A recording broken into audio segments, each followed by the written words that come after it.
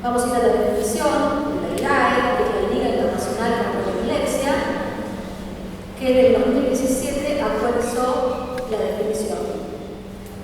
¿Qué es una crisis? Es la aparición transitoria de signos o síntomas debido a una actividad neuronal excesiva o sincrónica en el cerebro. En cambio, la epilepsia se define como la presencia de dos crisis convulsivas no provocadas, separadas por más de 24 horas, con retorno al estado basal intercrisis. O la presencia de una crisis convulsiva no provocada, pero con la probabilidad de tener nuevas crisis. Después vamos a ver cuáles son las probabilidades de que el paciente tenga nuevas crisis. Durante los 10 años siguientes, sería similar al riesgo de ocurrencia de dos crisis seguidas. Esto puede provocar la epilepsia en un 60% de estos pacientes. Y aparte, el diagnóstico de un síndrome epiléptico, eso se da más en pacientes infantiles, que se están asociados generalmente a trastornos del desarrollo. Bueno, la clasificación del tipo de crisis, esto cambia todo lo que pasa.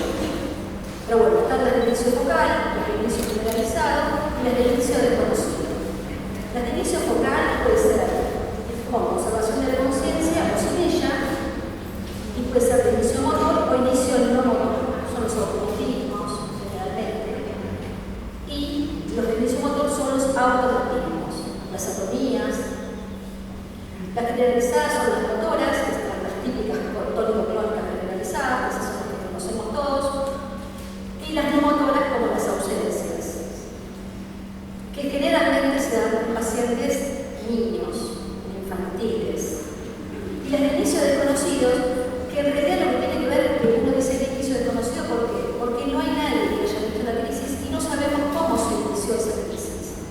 Entonces, puede pasar que haya empezado a focalizar y haya terminado generalizándose. Y esto tiene que ver con que siempre uno, la guardia, tiene que preguntarle no solamente al paciente, sino al familiar. ¿Qué es lo que vio? ¿Qué es lo que hizo? Bueno, vamos a ir a la etiología de la crisis. Tenemos la crisis sintomática aguda, que ocurre en menor de 7 días, es aquella donde existe una causa identificable como medicamentos, drogas de abuso o causas metabólicas. Esto generalmente es lo que más se ve en las guardias. Pacientes que vienen con alteraciones metabólicas y hacen una crisis convulsiva. O aquellas que resultan de procesos cerebrales agudos, como por ejemplo un traumatismo, eventos vasculares o infecciosos del sistema nervioso. Las crisis sintomáticas remotas son las en donde lo que hay es una patología estructural encefálica. Por ejemplo, una lesión con ACV, una isquemia, un tumor, y esto puede provocar convulsiones. Y las crisis no provocadas, que son aquellas en las que se encuentra un factor causal metabólico, infeccioso o estructural, donde no se encuentra, para justificar la recurrencia de crisis luego de su adecuado estudio. O sea, el paciente, yo le hago la tomografía, nada. Le hago un laboratorio, nada. Está todo bien, pero el paciente tuvo una crisis. Estas son la mayoría de las crisis. Bueno, las crisis sintomáticas agudas, que son las alteraciones secundarias, son las que generalmente interesan a la guardia, pueden ser por causas estructurales, por causas infecciosas, meningitis o encefalitis, las inmunomediadas, por un brote de esclerosis múltiple, por ejemplo, las tóxicas, donde hay intoxicación etílica, abstinencia de benzodiazepinas o barbitúricos, drogas ilícitas o cocaína. Y las metabólicas, como la hipoglucemia, hiponatremia, hipernatremia, encefalopatía. Bueno, por eso hay que pedir todo un laboratorio completo para ver en dónde estamos parando los pacientes. Tenemos las causas remotas, donde acá sí hay una patología estructural del cerebro. Generalmente son cicatrices, ACV, malformaciones arteriovenosas, tumores, malformaciones del desarrollo cortical y enfermedades neurodegenerativas que van a provocar una lesión en el encéfalo, y eso va a generar un foco epileptogénico cuando le hacemos un electroencefalograma. Bueno, vamos a ir a los gatillantes de la crisis. ¿Qué son los gatillantes? Son factores que pueden causar una convulsión en personas con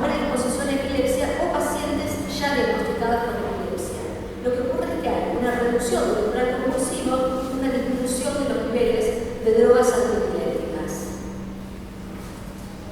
Esto puede ocurrir por varias causas. Una de ellas es por antibióticos.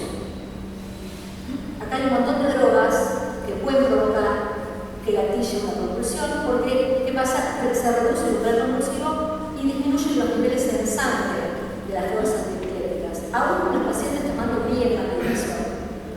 Por eso, cuando uno a un paciente la guarda, le da un antibiótico común, un antibiótico, tiene que preguntarle si es epiléptico, y si es epiléptico, tener en cuenta que este paciente puede tener una convulsión de sísmica. El umbral convulsivo es el balance entre factores inhibitorios y excitatorios del cerebro que determinan la susceptibilidad de una persona a sufrir una convulsión. Y esto tiene que ver con los neurotransmisores GABA y glutamato, que son los excitatorios y los inhibitorios. Cuando hay un exceso de neurotransmisores excitatorios, el paciente comienza a tener convulsiones. Esto provoca en el tiempo, a la media hora de estar viviendo esta situación, comienzan a darse canales de calcio intracelular que lo que provocan es necrosis y muerte celular por apoptosis. Por eso el daño de las convulsiones es tan severo cuando son prolongadas. Bueno, las siguientes causas o situaciones pueden bajar el umbral de una crisis con el cumplimiento del tratamiento. Es bastante común que pase eso, la gente durante un tiempo tiene convulsiones y no lo toma más, o otra de las cosas que pasa en nuestra población es que no lo podemos parar, no lo consiguen. Entonces, ante esa situación, el paciente deja de tomar medicación. Falta de sueño, la ingesta de bebidas alcohólicas, fiebre, drogas ilegales, estrés, destellos luminosos. Estos pacientes son los epilépticos fotosensibles. Hay que tener en cuenta en estos pacientes que no pueden manejar, porque a veces el estímulo suficiente del sol pasando entre los árboles los estimula y pueden tener una convulsión. El ayuno y el ruido. Bueno, vamos a hacer un interrogatorio bastante exhaustivo al paciente y al familiar, porque esto es importante porque el paciente probablemente perdió la conciencia y no sabe qué pasó. Cuando hacemos este interrogatorio, vamos a tener que ser más exhaustivo para determinar si puede ser una causa estructural o no. Bueno, vamos a ir al examen físico completo y la evaluación final del servicio, búsqueda de signos de actividad compulsiva, alteraciones consultales, déficits focales, estigmas sugerentes de infecciones o uso de drogas, y búsqueda de trauma lingual por relajación bacteriana. A veces el paciente no sabe lo que pasó, lo encontraron en la calle, le trajeron, y uno tiene, mediante el interrogatorio, que averiguar si no tuvo una convulsión. El laboratorio está orientado en causas agudas, que hemos hablado hace un ratito, y las causas del descenso del organismo, que vamos a pedir un laboratorio completo. Y, según los casos, y si lo amerita, porque a veces no le vamos a dar un solo palo a los pacientes de pruebas genéticas, vamos a pedir una tomografía que se pediría en mayores de 40 años, ante una primera crisis, con signos de focalidad neurológica, estado mental alterado, persistente, TEC, cefalea persistente, patología oncológica, anticoagulación, inmunosuprimidos, fiebre o sospecha de confirmación de HIV. La pulsión lumbar se va a pedir en pacientes con signos benignos, o con fiebre, o con ocupación. Entonces yo ahí voy a tratar de pensar que el paciente puede tener una meningitis o una meningoencefalitis. La resonancia se va a pedir con protocolo de epilepsia, que realmente eso se pide en un segundo tiempo y en el consultorio. Porque vamos a detectar pequeñas lesiones epigleptógenas corticales, como la clase cortical focal, esclerosis facial, idiomas de bajo grado o malformaciones cavernosas. Se debe de sin contraste y con bordes coronales anunciales. Un electroencefalograma prolongado generalmente se pide de sueño y vigilia. No siempre se puede hacer este estudio, hay que tener el equipo y el tiempo suficiente y organizado para poder hacer esto.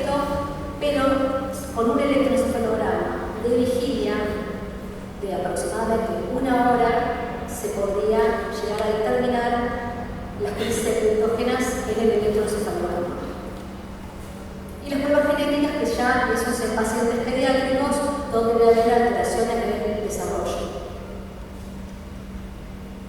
Vamos a ver diagnósticos diferenciales, hay muchos. El 20% de los pacientes serán diagnosticados como una primera crisis convulsiva, un interrogatorio de examen físico detallado pueden poner de manifiesto orientadores psicoteóricos. El paciente puede presentar un síncope, que es emisión túnel, cardiopatía, duración de recuperación rápidas, hipotensión ortostática y arritmias. AIT son pacientes añosos con ausencia de posturas tónicas o clónicas, migraña complicada de 4 a 72 horas de duración, simultánea migraña pulsátil con foto y sonofobia, con fenómenos visuales positivos. Las parasomnias, esto es bastante común en los pacientes con parasomnia, con síndrome de tomas inquietas, que vienen a la consulta o que pasa que te dicen, me muevo las piernas pero que tengo convulsiones. No, es una parasomnia. Las crisis psicógenas, esto hay mucho pacientes que vienen con pseudocrisis donde simulan inconscientemente, por supuesto, una convulsión, una crisis convulsiva y no lo es. Esto son pacientes que ante la crisis tienen un empuje pélvico, cierre ocular forzoso, semiología caminante, refractaridad al tratamiento prolongado. Uno de estos pacientes abre los ojos y ven que el paciente te sigue con la mirada. Y esto ya no es una crisis convulsiva. El tratamiento va a ser según la crisis. Si la crisis es aguda, lo que voy a tratar es la causa. Si la crisis es no provocada, voy a tener que iniciar las drogas antiepilépticas solo si tuve 2 crisis convulsivas separadas por más de 24 horas con el retorno intelectual al basal o una crisis con riesgo de recurrencia.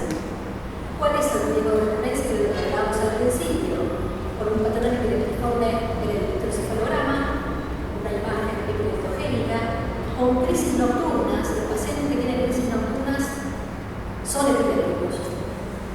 Las crisis sintomáticas remotas que se sospechan toda crisis focal, con estructura. Esto es con un daño estructural encefálico. Bueno, ¿qué pasa con el paciente cuando entra a la guardia y vemos que tiene una crisis convulsiva y recupera? Las crisis generalmente recuperan ad integrum y solitas en los 3 minutos. La mayoría de las crisis. Solamente un porcentaje muy bajo de crisis no recupera y es ahí donde tengo que empezar con un tratamiento. Eso no lo convierte en un estado convulsivo para internar en la terapia.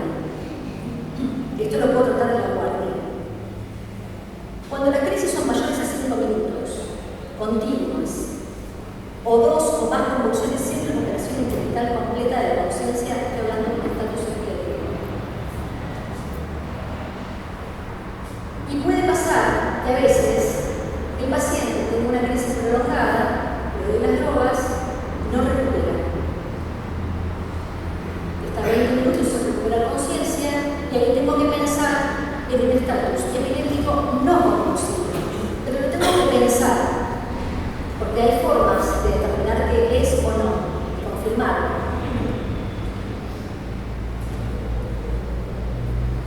¿Cómo sería el tratamiento? Bueno, los objetivos del tratamiento son mantener las funciones vitales y la ABC, finalizar la crisis, tanto clínica como eléctrica, y minimizar las complicaciones derivadas del tratamiento. Todo lo que se haga para sacar la crisis convulsiva, para abortarla, es válido dentro del protocolo. Y preferiblemente que durar 2 días, asegurar el acceso venoso y administración de soluciones endovenosas. La elección de líquidos intravenosos depende del metabolismo y el estado glucémico del paciente. A un paciente hiperglucémico no le puedo poner suero glucosado. Entonces, si hay hiperglucemia, especialmente en la fase inicial del exceso de la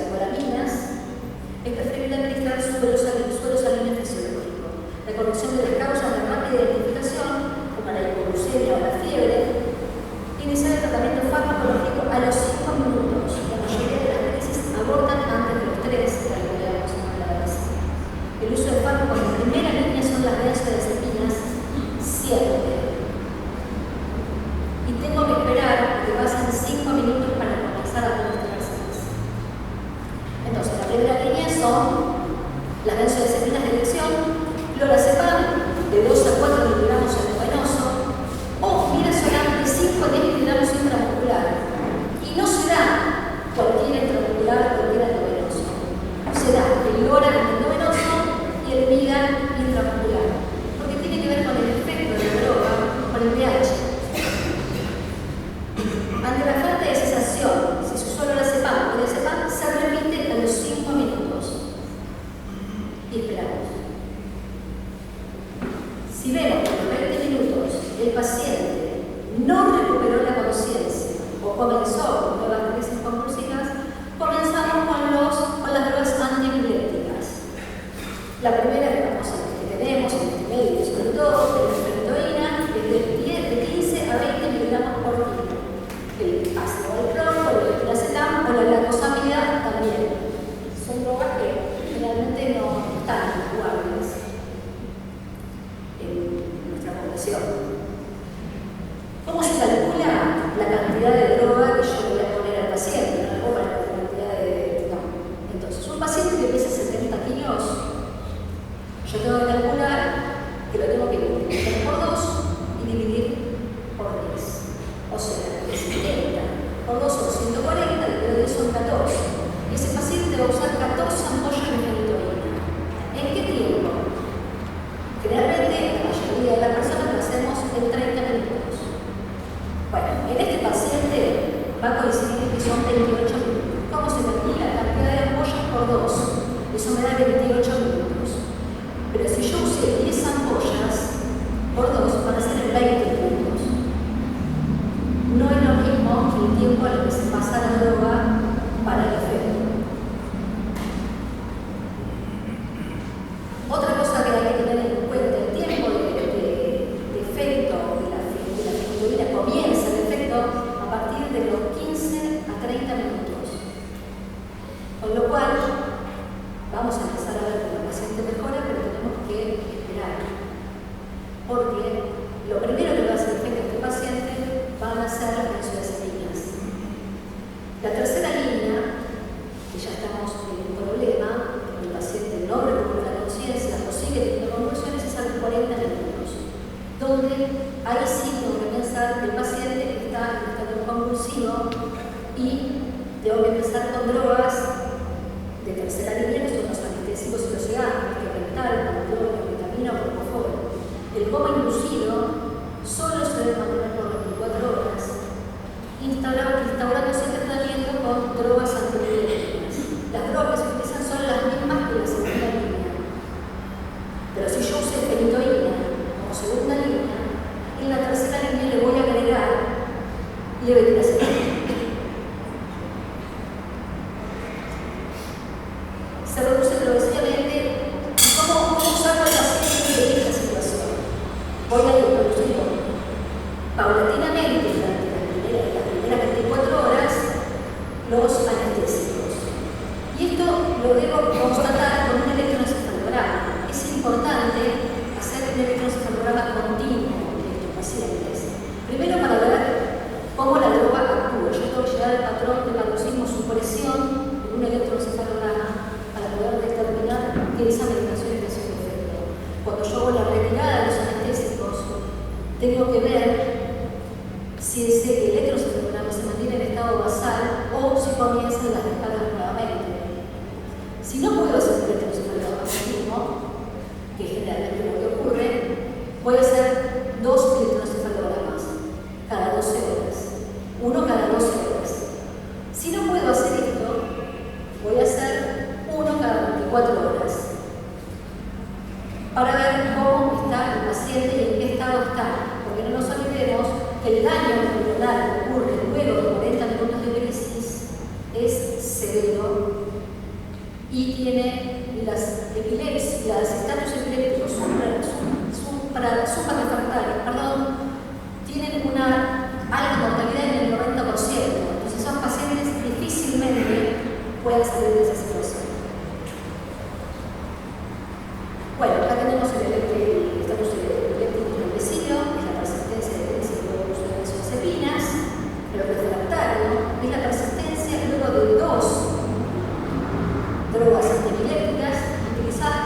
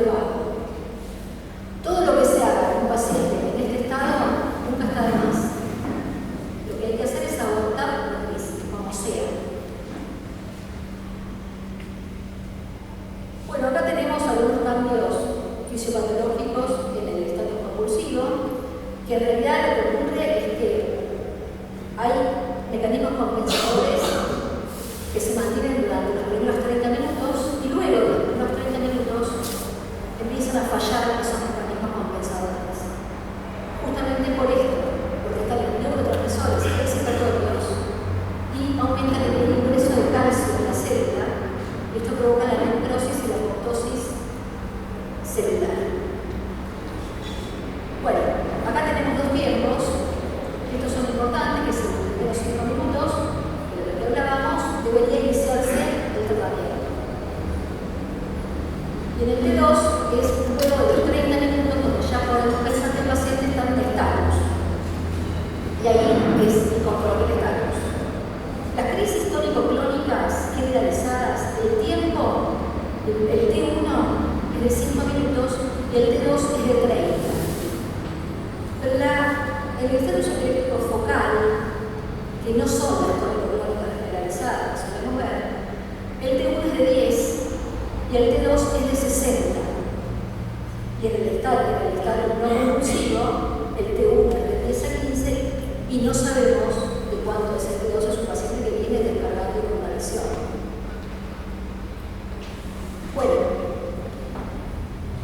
estatus no convulsivo, este es el terror de todos los terapistas, porque son pacientes que estuvieron intubados, comienzan a descender los sedantes y el paciente no despierta. O en un pase de sala ven que el paciente tiene algunos movimientos. Hay que sospechar que este paciente también está convulsivo. Y la definición se basa en la ausencia de actividad motora, manifiesta o patrón en el electroencefalograma, que es indicativo, es igual estándar del electroencefalograma en estos pacientes. La sospecha clínica y la confirmación se realiza con el electroencefalograma. Los papeles de salud de 2015 definen las características del electroencefalograma para diagnosticar un estatus no convulsivo como descargas epileptiformes periódicas de más de 2.5 Hz o actividad meditativa rítmica continua de más de 0.5 Hz. Esto es fenómeno, pero en un paciente yo lo tengo controlado, que no me cumpla estas características y tenga descargas rítmicas, epileptogénicas, lo tenemos que tratar. Debe sospecharse en estados positorios prolongados, síndromes confusionales, sobre todo en pacientes con epilepsia sin una causa aparente o tras un evento isquémico con disociación clínica y patológica. Yo lo que tengo que hacer es esperar